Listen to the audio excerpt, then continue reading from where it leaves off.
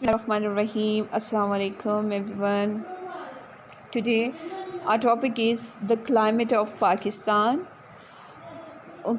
Class last lecture में हमने पढ़ा था effects of climate and temperature. Today we are going to discuss about the climate of Pakistan. जैसे कि हमें पता है कि पाकिस्तान ट्रॉपिक ऑफ कैंसर के नॉर्थ में है. ये हम पहले भी डिस्कस कर चुकी हैं. इन ट्रॉपिक ऑफ कैंसर में पाया जाता है, इसकी नॉर्थ डायरेक्शन में है. और अब हम साथ में रीडिंग करते जाते हैं. Pakistan lies just to the north of the Tropic of Cancer. The country covers a long stretch of the land and the climate in one place is quite different from that in another. कहते हैं कि जो country है हमारा पाकिस्तान जो है एक वसी ज़मीन है और इसकी जो क्लाइमेट है एक जगह से दूसरी जगह से वेरी करती है. सुबह पंजाब की क्लाइमेट डिफरेंट है और बलूचिस्तान या मरी की डिफरेंट है. डिफरेंट हर एरिया की कुछ स्पेसिफिक क्लाइमेट है. और ये जो क्लाइमेटिक डिफरेंस है अकॉर्डिंग टू मंथ्स, यानी किस मंथ में, जून के महीने में ज़्यादातर गर्मी पड़ती है और दिसंबर जनवरी में सर्दी होती है. तो जिस तरह से इस कंपैरिजन को नोट करने के लिए नीचे आप नोट कर सकते हैं, इस टेबल को अच्छे से पढ़ सकते हैं. The hottest month is usually June. The average temperatures and the total annual rainfall for a few cities are given below. कहते हैं कि एवरेज रेनफॉल भी इन्होंने बताई हुई है. जो लास्ट लाइन है, थर्ड लाइन, इसमें एवरेज रेनफॉल के बारे में बताया कि सालाना बारिश किस एरिया में ज़्यादा होती है और किस एरिया में जनवरी में टेम्परेचर कैसा होता है और जून में कैसा होता है. Like you can see that कि जनवरी में सबसे ज़्यादा टेम्परेचर जो माइनस में सबसे किसका है, कोयटा का. ओके, -2.0. और जो है जून में सबसे ज़्यादा टेम्परेचर किसका है, 36.9 किसका है, जैकबाबाद का. यानी सबसे ज़्यादा गर्मी किधर पड़ती है, जैकबाबाद में. अब आप एनुअल रेनफॉल को देखें कि जो सालाना बारिश है वो सबसे ज़्यादा मरी में होती है, 1789.3. So the figures given in the table are average temperatures. Some places have very severe winters and temperatures can drop very low. कहते हैं कि कुछ places ऐसी हैं जहाँ सर्दियों में टेम्परेचर जो है वो बहुत शदीद है और काफ़ी नीचे हद तक नीचे गिर जाता है. जैसे हमने पढ़ा -2 जनवरी में कोयटा में होता है. इस फॉर एग्ज़ाम्पल, जैसे मिसाल के तौर पे उन्होंने कहा the temperature in Quetta has been as low as -16 degree Celsius in winters. सर्दियों में कई नोट किया गया है कि -16 डिग्री सेल्सियस पे पहुंच गया. और temperatures in summer can also be well above the average. और इसकी जो एवरेज है वो हमने ये जनवरी के मंथ की उस टेबल में देख ली है. इसी तरह Jacobabad once recorded a temperature of 53 degree and many weather stations have recorded temperatures above 49 degree Celsius. यानी जैकबाबाद में उन्होंने टेम्परेचर एक दफ़ा रिकॉर्ड किया 53 डिग्री सेल्सियस. सो ये आप वैसे तो एवरेज जो है टेम्परेचर रिकॉर्डेड है 36.9, लेकिन कहते हैं एक दफ़ा तो 53 डिग्री सेल्सियस तक इसका टेम्परेचर पहुंच गया था. And many weather stations every, इसी तरह से कई वेदर स्टेशंस ने इसमें 49 डिग्री सेल्सियस पे भी इसको काउंट किया है. ओके, आगे हम नेक्स्ट पेज की तरफ आते हैं. To get a good picture of the climate of a place, we also have to study the amount of rainfall. कहते हैं कि जब हमने किसी एक जगह की क्लाइमेट का अंदाज़ा लगाना है तो हमें उस एरिया की रेनफॉल को मद्देनज़र रखना चाहिए. उसकी मकदार को, उसकी जो क्वांटिटी है, देखें कि किस अमाउंट में रेनफॉल बारिश होती है सालाना. The direction and frequency of winds, यानी उसकी डायरेक्शन और यानी हवाएं जो चलती हैं. And amount of water vapour और ह्यूमिडिटी जो बादल होते हैं. and all these other factors. The climate is influenced by many things. कहते हैं जो आबो हवा होती है वो कई फैक्टर्स इस पर इन्फ्लुएंस असरअंदाज होते हैं।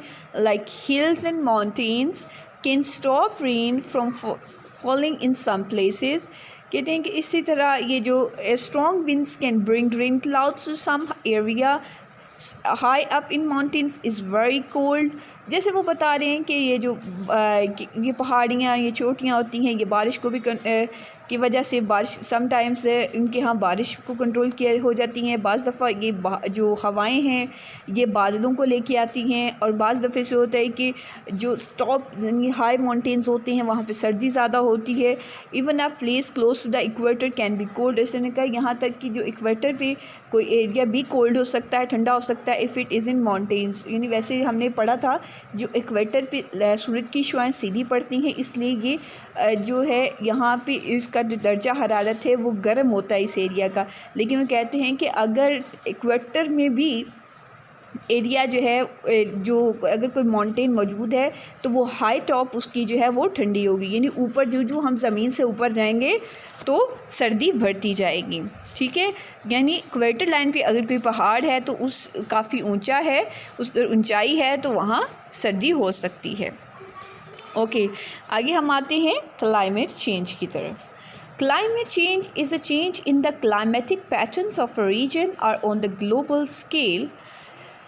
From the mid to late 20th century onwards, the increased level of carbon dioxide in the atmosphere have caused a rise in the temperatures on Earth.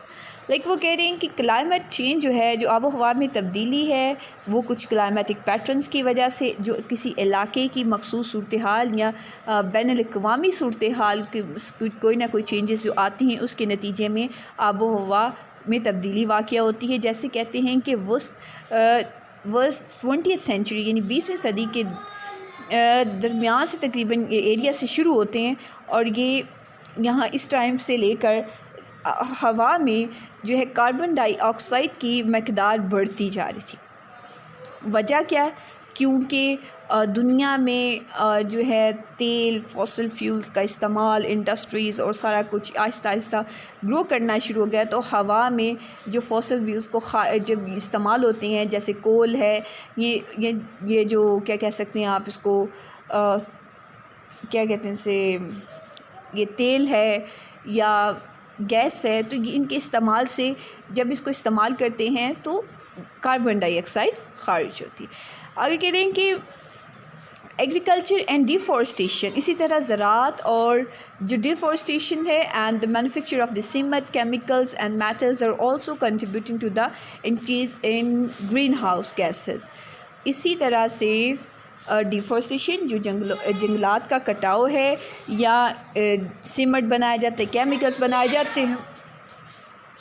बनाए जाते हैं, तो ये सारे की सारी चीज़ें जो है ये कंट्रीब्यूट करती हैं कि increase in greenhouse effect. तो ये सारे के सारे ग्रीन हाउस इफ़ेक्ट्स इस वक्त पैदा करते हैं। अब हम आते हैं कि द ग्रीन हाउस इफ़ेक्ट है क्या। एक्चुअली कि सूरज की शुआएं जब ज़मीन में पहुंचती हैं, सो ग्रीन हाउस गैसेस ये हैं कि एटमॉस्फेयर जो हमारी फ़ज़ा है इसमें सूरज से जो शुआएं आती हैं वो अलाउ करती हैं कि ज़मीन की सरफेस तक पहुँचें। कुछ जो है some of the sunlight is captured as heat on the earth. जो कुछ उनमें से जो कुछ शुआएं होती हैं वो हीट ज़मीन पे पैदा करती हैं, और कुछ जो होती हैं वो वापस चले जाती हैं। The this trapping of heat inside the atmosphere is called greenhouse effect. तो इस चीज़ को हम कहते हैं ग्रीन हाउस इफ़ेक्ट। यानी कुछ गैसेस जो हैं वो ज़मीन में, ये जो शुआएं हैं वो ज़मीन में दाखिल हो जाती हैं और कुछ वापस चले जाती हैं। जो ज़मीन पे दाखिल हो जाती हैं वो ज़मीन में हीट का बायस बनती हैं, और यही जो हीट है यही ज़िंदगी का बायस है जो इस ज़मीन पे मौजूद है। अगर ये ग्रीन हाउस इफ़ेक्ट ना हो तो जो टेम्परेचर है वो फॉल करेगा -17 डिग्री सेल्सियस तक, और बहुत ज़्यादा यहाँ ज़मीन पे ठंड हो सकती है। ओके, आप इन 2 चीज़ों को ध्यान से देखें, इन 3 को। एक हमने पढ़ा द क्लाइमेट ऑफ पाकिस्तान कि इसमें क्या फ़िगर्स क्या हैं इसके, और किस एरिया में हाईएस्ट टेम्परेचर होता है, किधर लो होता है, या एनुअल रेनफॉल की क्या सिचुएशन है। इसी तरह हमने क्लाइमेट चेंज के बारे में पढ़ा कि क्लाइमेट चेंज जो है किस तरह से फॉसिल फ्यूल्स की वजह से कि जब उनका इस्तेमाल बढ़ा तो यहाँ पे कार्बन डाइऑक्साइड की मकदार बढ़ी, केमिकल्स वगैरह जो हैं ये सारे के सारे ग्रीन हाउस इफ़ेक्ट जो है इसमें गैसेस में इजाफ़ा किया। अब ये ग्रीन हाउस इफ़ेक्ट क्या है कि कुछ गैसेस ज़मीन में दाखिल होती हैं, कुछ वापस चली जाती हैं, और इनका कुछ का जो दाखिल होती हैं जो अच्छी से वो ज़मीन की हीट पैदा करती हैं, और जिससे टेम्परेचर जो है वो ज़िंदगी के लिए नॉर्मल रहता है। Thank you so much class. इंशाअल्लाह ताला नेक्स्ट लेक्चर में फिर आपसे मुलाकात होती है। अपना ख्याल रखें। खुदा हाफ़िज़।